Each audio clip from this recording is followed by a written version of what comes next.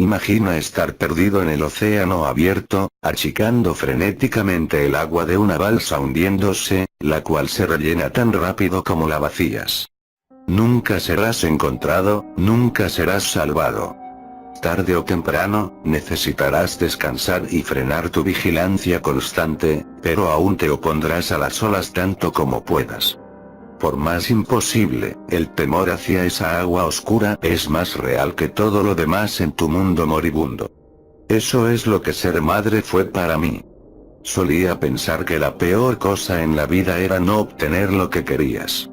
En mi caso, lo que quería era comenzar una familia, algo con lo que me había obsesionado desde que era una niñita, tratando de asegurarme de que todas mis muñecas se graduaran exitosamente y tuvieran familias propias. Me enamoré de todo chico que me notó, siempre demasiado rápido, siempre del equivocado, desperdiciando tanto tiempo imaginando bodas y baby showers, y estas complejas vidas felices que nunca fueron vividas afuera de mi cabeza. Entonces conocí de la nada a un neurólogo apuesto mientras estudiaba enfermería, y dentro de 6 meses estaba embarazada. Finalmente tenía lo que siempre había soñado, pero la peor cosa en la vida no es no recibir lo que quieres. La peor cosa es recibirlo, y darte cuenta de lo mucho más feliz que eras antes. Mi primer hijo, Prater, fue diagnosticado de atrofia muscular espinal, AME, una enfermedad genética incurable que le arrebató la mayor parte de su movilidad. Cada día era un calvario. Cada hora, cada minuto. Una paranoia constante de que sus pulmones débiles se rendirían o de que se ahogaría en su propio vómito y no tendría las fuerzas para subyugarlo. Tuve que retirarme de mis estudios de enfermería, pero mi esposo Jeffrey cuidó muy bien de mí, dejándome a que cuidara del niño. Mi esposo alternaba su enfoque en su trabajo, moviéndose hacia investigaciones designadas para fortalecer las neuronas motoras y protegerlas. Pero era un sueño imposible. Había una amplia variedad de tratamientos potenciales, pero estaban a años de si siquiera alcanzar los ensayos en humanos. De todas formas, le rogué a Jeffrey que se colara a casa algún medicamento experimental, pero Prater estaba tan débil, que las inyecciones sin duda iban a matarlo antes de que el tratamiento y dosis correctos fueran discernidos. No fue mi decisión tener otro hijo. No consideraba que podría atravesar algo como esto de nuevo, pero Jeffrey insistió. Este no puede ser el final de tu sueño, me dijo. Este no puede ser el resto de tu vida. No fue hasta después de que me embarazara de nuevo que Jeffrey sacó a colación su motivo interior. Fue a la mitad de la noche, y acababa de regresar a la cama después de haber ido a chequear a Prater. No pensé que Jeffrey estuviera del todo despierto, pero se acurrucó a mi lado y murmuró: cuando el nuevo niño nazca, estará lo suficientemente saludable como para que pruebe el tratamiento con él. Encontraremos algo que funcione, y todo se arreglará. No dormí por el resto de la noche. No creo haber sabido si era por el miedo o la emoción, pero estaba tan desesperada, que los dos empezaban a saber igual. Cuando mi segundo niño bebé nació, no le di un nombre. Solo escribí una X en el formulario. Jeffrey me dijo que sería más fácil de esa forma. Para cuando hubiese agotado la letanía completa de tratamientos posibles, el nuevo niño probablemente estaría muerto. Lo cargué por 9 meses, sufrí por 9 meses, y a cambio de esa sentencia sería capaz de darle a Prater toda una nueva vida de salud y felicidad. No era un maltrato, no cuando estás tan cansada de achicar el agua de una balsa que se hunde. Aún así, en toda mi vida nunca he llorado más fuerte que esa primera hora en la que lo sostuve. Después de eso, ni siquiera podía mirar al nuevo bebé. Pretendía que no existía. Jeffrey se tomó un año sabático del trabajo para poder continuar su investigación desde casa. Esperó hasta que X tuviera 6 meses antes de comenzar los experimentos, y durante ese tiempo, X vivió en un cuarto de bebé improvisado en el sótano.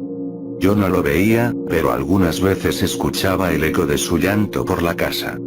Jeffrey fue diligente y se aseguró de suplir todas las necesidades del niño, y yo ocupé todo mi tiempo en mi matrimonio cuidando a Prater, quien casi tenía 2 años para entonces. La ciencia no se limita a ese momento de eureka que ves en la televisión. No es una carrera corta, es una maratón. Aún había tanto que no se sabía sobre la enfermedad, e incluso en condiciones ideales y con un experimento adecuado usando grupos de control y pruebas habría tomado años. Mientras que con un laboratorio en un sótano, un único sujeto de pruebas, y luego con que Jeffrey tuviera que regresar a su trabajo a medio tiempo tomó 8 años antes de que comenzáramos a ver resultados verdaderamente prometedores. Todo ese tiempo, no vi a X ni una sola vez. A veces estaba convencida de que había muerto desde hace mucho, y que Jeffrey solo estaba montando el espectáculo de bajar comida al sótano para darme esperanzas. Lo único que veía era a Prater, cada día un poco más débil. Una burla continua de lo que debería significar el tener una infancia y una familia. Cuando al fin estábamos listos para darle el medicamento completo a Prater, no estaba preparada para la pregunta inquietante que acompañó ese escalón. Si Prater mejora, y todo lo que siempre deseamos se vuelve realidad, ¿qué vamos a hacer con X? Me preguntó Jeffrey una mañana durante el desayuno. Fue inusualmente directo. Jeffrey siempre aludía a sus experimentos sin mencionar directamente al sujeto de pruebas. Incluso cuando era inevitable, comprendía que yo no me sentía cómoda reconociendo al niño. Traté de cambiar el tema, pero esta vez fue persistente. No podemos simplemente dejarlo ir. ¿Entiendes eso, no? Es demasiado tarde como para que tenga una vida normal y funcional. Incluso si algún día pudiera aclimatarse psicológicamente, los años de experimentos haz lo que te parezca mejor, interrumpí. ¿Me estás diciendo que...? No te estoy diciendo nada. Solo quiero que hagas lo que sea necesario. Asintió taciturnamente, con la mirada agachada hacia su café. La tensión gélida se intensificó mientras escuchábamos a Prater carcajeándose con sus caricaturas en la otra habitación. Se parece a mí, dijo Jeffrey sin levantar la vista de su café. Me tomó un segundo para darme cuenta de que no estaba hablando de Prater. ¿Por qué demonios me dirías eso? Me llama papá, añadió. Finalmente me estaba viendo, pero fui yo quien no pudo recibir su mirada. No le debiste haber enseñado a hablar, fue todo lo que pude contestar. Eso es incluso peor que darle un nombre. En todo otro sentido, el experimento fue un éxito. Dentro de una semana desde la primera inyección de Prater, sus movimientos voluntarios se hicieron más finos y deliberados. Para el final de su primer mes, ya podía caminar por su propia cuenta. Escuchar cómo su respiración se estabilizaba, ver su sonrisa radiante mientras daba sus primeros pasos. Todo era sublime, casi surrealista dentro de su imposibilidad fantástica. Volviendo a casa una tarde, Prater estaba tan lleno de vitalidad, que incluso me dejó atrás desde el auto a la casa. Tras haber entrado, se dio la vuelta para preguntarme: ¿por qué está abierta esa puerta? Nunca está abierta. Me detuve en seco en el marco de la puerta. ¿Hay algo o alguien ahí abajo? Nope. ¿Qué hay ahí, mamá? Una escalera solitaria conducía hasta abajo. Las luces estaban apagadas. La habitación estaba vacía. ¿Por qué hay una habitación debajo de la casa? Cerré la puerta del sótano. El candado estaba ausente. Solo es un cuarto de huéspedes. Pero no hay nadie que nos visite, así que no lo usamos. ¿Sabes en dónde está papá? ¿Puedo ir a ver? Quiero ver el otro cuarto, insistió Prater. Nunca había servido para decirle que no a él. Debió de ser por eso que estuvo tan sorprendido cuando grité: «Vete de aquí. Ve a encontrar a tu papá ahora mismo». Jeffrey no llegó a casa esa noche.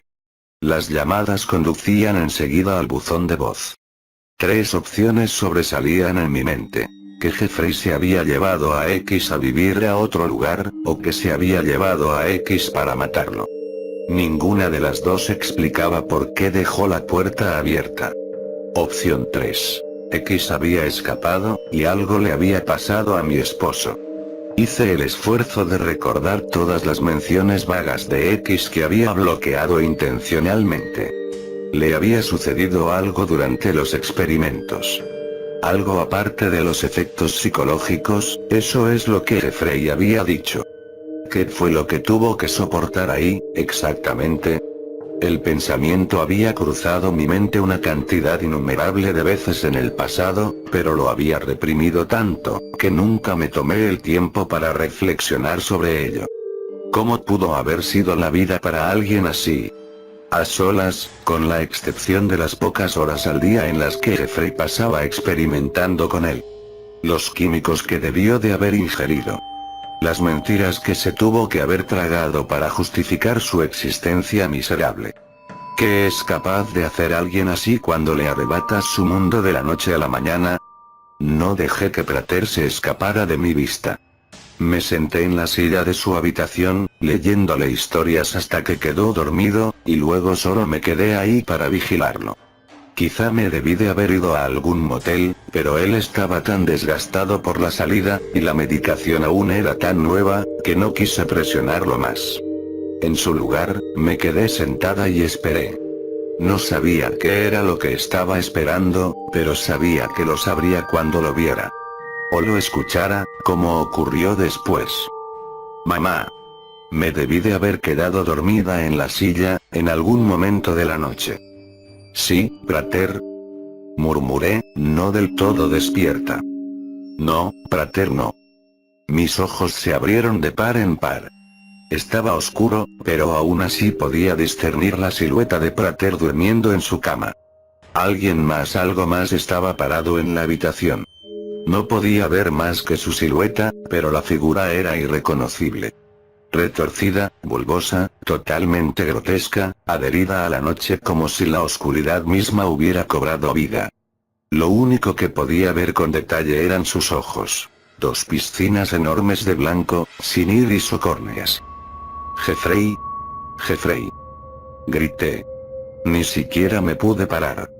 No con ello tan cerca de mí, inspeccionándome como si fuera algún tipo de espécimen. Papá no sabe que he regresado, dijo X. Quería estar a solas contigo por un tiempo. Eres mi mamá. Su dicción era turbia, pero los susurros cálidos estaban tan cerca, que me parecía poder sentir su significado más que escucharlo. No, no lo es. Es mi mamá. Ahora Prater estaba despierto también, sentado y aferrándose a sus sábanas a la altura de su mentón. Logré encender la linterna de mi teléfono, arrepintiéndome de inmediato. El rostro de X estaba devastado con forúnculos rasgados y piel picada. Sus facciones se inclinaban irregularmente hacia la derecha, como si hubiese sufrido múltiples derrames, y sus ojos pálidos se torcían en agonía ante la luz súbita. Sostenía una jeringa llena de un suero espeso y negro. No era la medicina de Prater. Apágalo, apágalo. Chilló X afanando ciegamente la jeringa por el aire. Salté de mi silla y lo derribé, blandiendo mi luz como un arma. Sígueme, Prater. Grité. Mi hijo comenzó a trepar fuera de la cama, pero aún se encontraba muy débil. Sus temblores fueron tan estrepitosos que cayó directo al piso como un montículo arrugado. La luz quema. Apágala, mamá. Mamá. Esa palabra era una daga. Mantuve la luz en el rostro de X mientras procedía al borde de la habitación, en donde Prater se había caído. El teléfono se me resbaló mientras trataba de levantar a mi hijo del suelo. La luz se desvió del rostro de X. Pude sentirlo precipitándose hacia mí a través de la oscuridad súbita, pero ya tenía a Prater sobre mi hombro. Estaba corriendo, aventurándome por los pasillos familiares de mi casa, a los que las sombras habían trastornado en una pesadilla alienígena. Podía escuchar a X cojeando y tambaleándose detrás de mí, siguiéndome el paso con una prisa increíble a pesar de su desfiguración. El sótano fue el único lugar seguro en el que pude pensar. Salté de bruces hacia la escalera, cogiendo la perilla y azotando la puerta detrás de mí. Recosté mi espalda contra el metal liso, sintiéndolo vibrar a medida que X se estrellaba contra la puerta una y otra vez. La fuerza de los impactos era como tratar de detener un auto. Mis huesos se sacudían en armonía con sus embestidas. El tejido humano se debería pulverizar bajo un impacto como ese, si es que X siquiera seguía siendo humano. Cariño, ¿estás ahí? Era Jeffrey. En algún lugar del piso de arriba. Ayúdanos. Estamos en el sótano. X está tratando de matarnos. Gritos. Pisadas. Un chillido agudo, tan lamentable y desesperado que se sintió como si mi cuerpo entero estuviese vibrando, aún con la puerta cerrada. Luego un disparo y todo quedó en silencio. Abrí la puerta y encontré a Jeffrey sosteniendo una pistola con ambas manos. X estaba arrodillado en el suelo frente a él. Esos ojos pálidos penetraban mi cuerpo. Ahora que ambos estaban de lado a lado, incluso los gruñidos salvajes que acrecentaban el tormento en el rostro del niño no podían difuminar el parentesco estrecho entre él y su padre. El niño ya había comenzado a caer víctima de las sombras, desvaneciéndose casi inmediatamente, con la excepción de sus orbes blancos cuya acusación persistía. Contuve mi aliento, esperando a que Jeffrey le propinara el tiro de gracia. Nunca llegó. X se había ido. Aún contenía la respiración cuando Jeffrey bajó por las escaleras y me abrazó, y luego abrazó a Prater. Yo temblaba tan severamente que ni siquiera pude encontrar las palabras, pero Jeffrey habló por mí. Lo siento tanto, cariño. Nunca lo hubiera dejado salir de haber creído que, pero las palabras se enmarañaban y ya no les encontraba sentido. Especialmente cuando bajó el interruptor de la luz y vi el sótano por primera vez. La sección del laboratorio era mucho más pequeña de lo que esperaba. Solo era una computadora y una vitrina de cristal llena de químicos. El resto del espacio lucía como esperarías que fuera el cuarto de un niño. Había juguetes por todas partes del piso y un televisor en la esquina. Había pósteres de caricaturas en la pared, un mueble atiborrado de libros e incluso una mesa de noche con una fotografía enmarcada. Yo estaba en la fotografía, sosteniendo a X por primera y última vez en el cuarto de hospital. A su lado estaba una pila de dibujos, todos de mí, todos tan jóvenes y hermosos, mucho mejores de lo que era realmente. Es que no entiendo por qué trataría de hacerte daño. Hablaba de ti todo el tiempo, dijo Jeffrey. Siempre te quiso conocer, pero supongo que ya estaba demasiado afectado. La expresión de Jeffrey se tensó más. Volvamos arriba. Prater no debería ver esto. Necesito saber qué había en esa jeringa. Pero la mirada que me dio me dijo todo lo que necesitaba saber. X estaba tratando de ayudar, incluso después de todo este tiempo. Y por el rostro de Prater, supe que él también lo comprendía. Ahora que el secreto ha sido descubierto, no creo que Prater vuelva a ser capaz de amarme como solía hacerlo. Al menos no como X me amó. Mi esposo y yo creamos un monstruo y lo desatamos en el mundo, pero no fue X. Los únicos monstruos aquí somos nosotros.